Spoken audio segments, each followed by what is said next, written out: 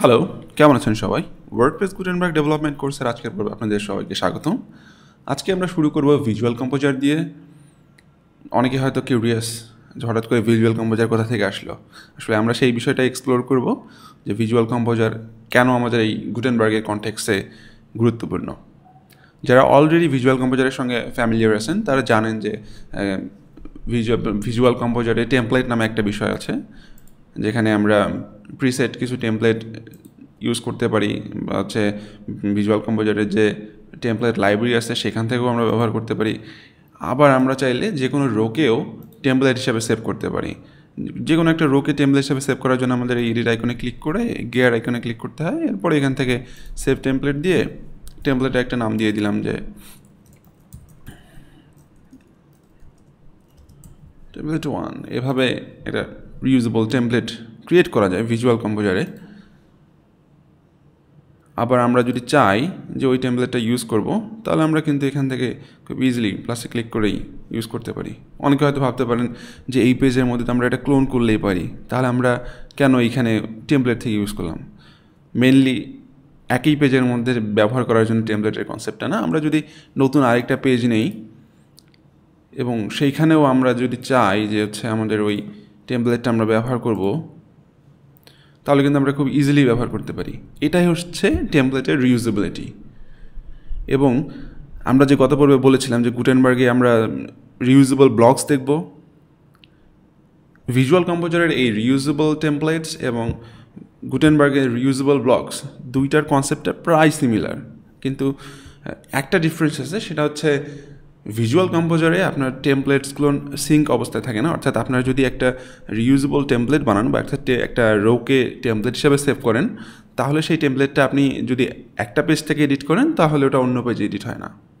কিন্তু গুটেনবার্গে আপনি যদি একটা ব্লককে বা একাধিক ব্লককে রিউজেবল ব্লক হিসেবে সেভ করে রাখেন, তাহলে আপনি এক জায়গা থেকে চেঞ্জ করলে আপনার মাল্টিপল জায়গায় যদি আপনি ওই একই ব্লক ইউজ করেন বা ওই ব্লক ইনস্ট্যান্সটা ইউজ করেন, তাহলে সবগুলো জায়গায় একই চেঞ্জ সব জায়গায় চলে যাবে।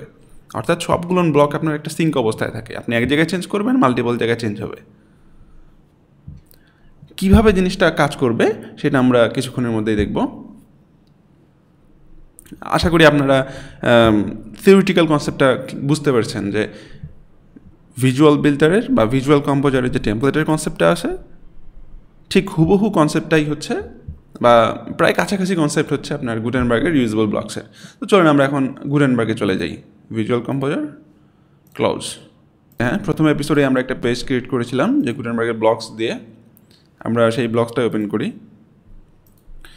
আমরা একটা ব্লক যদি সিলেক্ট করি, এরপর যদি মোর অপশনসে যাই, এখান থেকে অ্যাড টু রিউজেবল ব্লকস এটাতে ক্লিক করেই আমরা কিন্তু একটা রিউজেবল ব্লক ক্রিয়েট করতে পারি। আমরা ধরেন এটাকে রিউজেবল ব্লক হিসেবে সিলেক্ট করব, অর্থাৎ সেভ করব। আমরা প্রথমে একটা ব্লককে রিউজেবল ব্লক হিসেবে সেভ করে দেখব, এরপরে পরবর্তীতে আমরা একাধিক ব্লক কীভাবে রিউজেবল বানানো যায় সেটাও দেখব। প্রথমে আমরা এটাকে সেভ করে নিচ্ছি, অ্যাড টু রিউজেবল ব্লকস, এটার নাম দিয়ে দিই সিঙ্গেল প্যারাগ্রাফ। সেভ করে ফেললাম। ওকে, যেটা রিউজেবল ব্লক সেটার কর্নারে কিন্তু এইরকম একটা রিউজেবল সাইন থাকবে। সো আমরা এটাকে আপডেট করে ফেলি। আমরা দেখি আরেকটা পেজ ক্রিয়েট করি।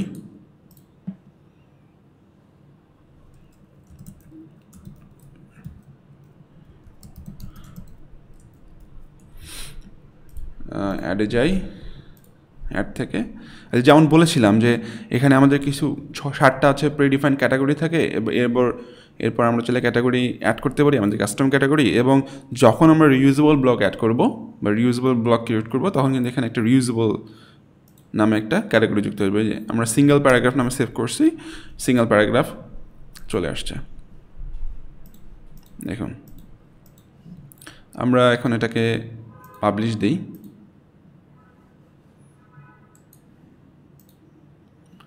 দেখুন আমাদের এখানে প্যারাগ্রাফটা কিন্তু এই অবস্থায় আছে। আমরা এখন সিঙ্কের বিষয়টা দেখব যে আসলে কিভাবে জিনিসটা সিঙ্ক হয়। আমরা এটাকেও দেখি ভিউটা।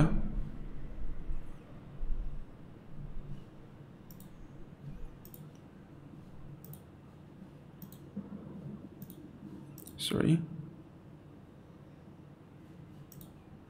চলুন রিউজেবল ব্লক এডিট করার জন্য হচ্ছে আমরা যখন রিউজেবল ব্লক ক্লিক করব তখন এই যে এডিট অপশন আসবে, এখানে ক্লিক করেই তারপর এডিট করা যাবে। এখানে একটা কনফিউজিং বিষয় আছে যে আমরা যখন এডিটে ক্লিক করি তখন ডিরেক্টলি এই রিউজেবল ব্লকের যে নামটা আছে এটা ফোকাস হয়ে যায়। সো আপনাকে ওটাকে মাউসটা সরায়ে পুরো ব্লকের উপরে নিয়ে আসতে হবে, তাহলে এই জিনিসটা ক্লিয়ার হয়ে যাবে। সো শুরুর দিকে এটা আপনাদের কাছে কনফিউজিং মনে হতে পারে, সো এই ব্যাপারটা একটু খেয়াল রাখবেন। আমরা কিছু টেক্সট ডিলিট করে দেই। ওকে, শুরুর দিকে একটা সেন্টেন্স কি দুটো সেন্টেন্স আমরা ডিলিট করে দিয়েছি, এরপরে সেভ করি। সো আমাদের ব্লকটা সেভ হয়ে গেছে। আমরা এখন দেখি আমাদের আউটপুটে কী আসলো। সো এখান থেকে আমাদের কিছু চলে গেছে।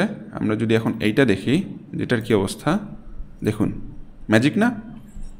আমাদের সবগুলান ব্লক কিন্তু মানে আমরা সব জায়গায় যত জায়গায় এই ব্লকটা ইউজ করব সবগুলান ব্লক একটা সিঙ্ক অবস্থায় থাকবে।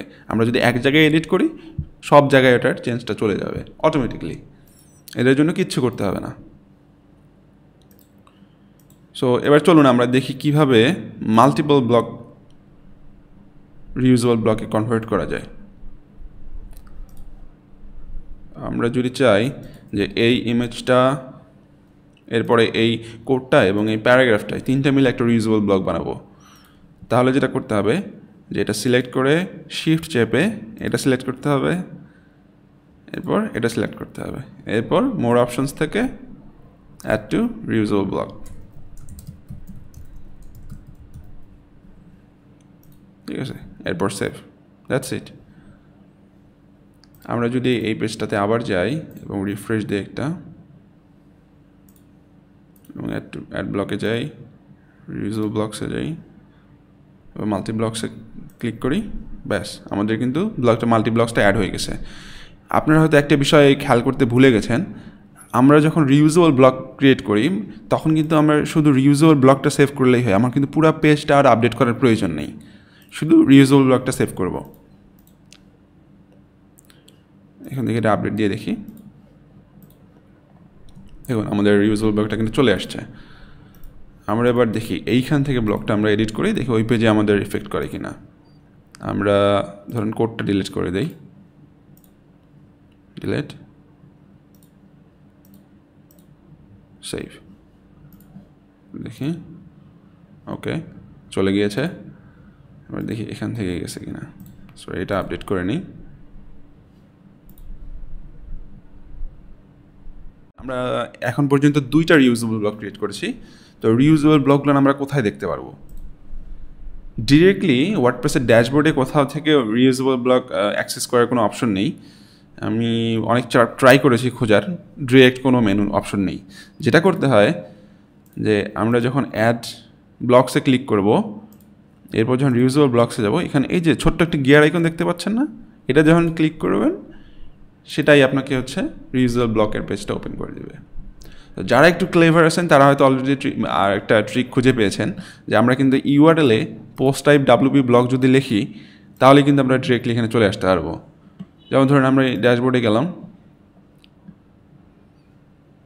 ড্যাশবোর্ডে আমি হচ্ছে অল পেজেসে যাই, এখানে কি আছে পোস্ট টাইপ পেজ দেওয়া আছে। আমি যদি লিখি ডাব্লিউপি ব্লক তাহলে কিন্তু আমি ডিরেক্টলি অ্যাক্সেস করতে পারছি।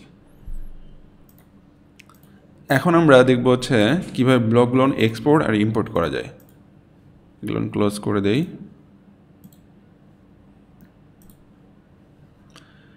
এই যে এখানে আমাদের কিন্তু ব্লকে যদি আমরা হোভার করি তাহলে দেখা যায় export as Jason, export as Jason. আমি যদি এটাকে এক্সপোর্ট করে নেই, ওকে এটা সেভ হয়ে গেছে। এখন এটা ট্রাশে ফেলাই দিই, নয়তো আমরা যখন আবার ওটা ইম্পোর্ট করব তখন যদি একই নামে দুইটা ব্লক পাই তখন কিন্তু ওই অ্যাডটাকে রাখবে না বা ওভাররাইট করে ফেলবে। সো আমরা আসলে ইফেক্টটা তখন বুঝতে পারবো না। সো ডাউনলোড থেকে দেখি মাল্টি ওকে ইম্পোর্ট, ওকে ইম্পোর্ট হয়ে গেছে। এই ছিল আমাদের আজকের লেসনে।